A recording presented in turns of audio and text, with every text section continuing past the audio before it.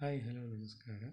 ನಾನಿವತ್ತು ದೇಹದ ಉಷ್ಣತೆಯನ್ನು ತಿಳಿಸುವಂತಹ ವಿಧಾನವನ್ನು ಹೇಳ್ತೀನಿ. ಇದು ನಿಮ್ಮ ಎದುರಿಗೆ ಕಾಣುವಂಥದ್ದು ಉಷ್ಣತಾ ಮಾಪಕ.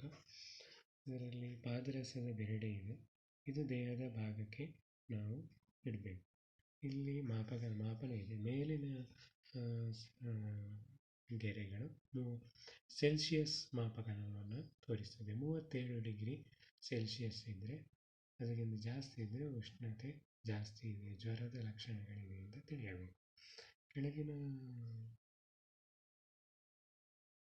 ಲಕ್ಷಣಗಳು ಕೆಳಗಿನ ರೋವಲ್ಲಿ ಸಾಲಿನಲ್ಲಿ ಫ್ಯಾರನ್ಹೀಟ್ ಅಳತೆಯನ್ನು ಬರೆದಿರ್ತಾರೆ.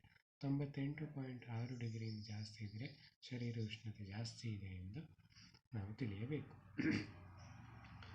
ಉಷ್ಣತಾ ಮಾಪನವನ್ನು ಫಸ್ಟಿಗೆ ಹೀಗೆ ಕುಲುಕುವ ಮುಖಾಂತರ ಅದು ಪಾದರಸದ ಮಟ್ಟ 0 ಅಥವಾ ಬೆರಡೆಗೆ ಸೇರುವಂತೆ ಮಾಡಬೇಕು. ನಂತರ ನಮ್ಮ ನಾಲಿಗೆ ಅಡಿಯಲ್ಲಿ ಇಡಬಹುದು.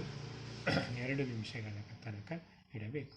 ನಂತರ ತೆಗೆದು ಉಷ್ಣತೆಯನ್ನು ಎಲ್ಲಿಯವರೆಗಿದೆ ಅಂತ ನಡುವಿನ ಅರಸಿನ ಗೆರೆ ಇದೆಯಲ್ಲ, ಅದರಲ್ಲಿ ಒಂದು ಬೆಳ್ಳಿಯ ಗೆರೆಯವರೆಗೆ ಬರುತ್ತೆ.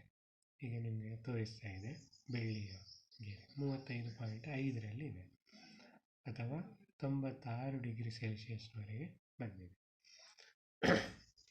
ಇದನ್ನು ನಾಲಿಗೆ ಅಡಿಯಲ್ಲಿ 2 ನಿಮಿಷಗಳ ಕಾಲ ಇಡಬಹುದು, ಅಥವಾ ಕಂಕುಳ ಅಡಿಯಲ್ಲಿ 2 ನಿಮಿಷಗಳ ಕಾಲ ಇಟ್ಟು 1 ಡಿಗ್ರಿ ಸೇರಿಸಬೇಕು.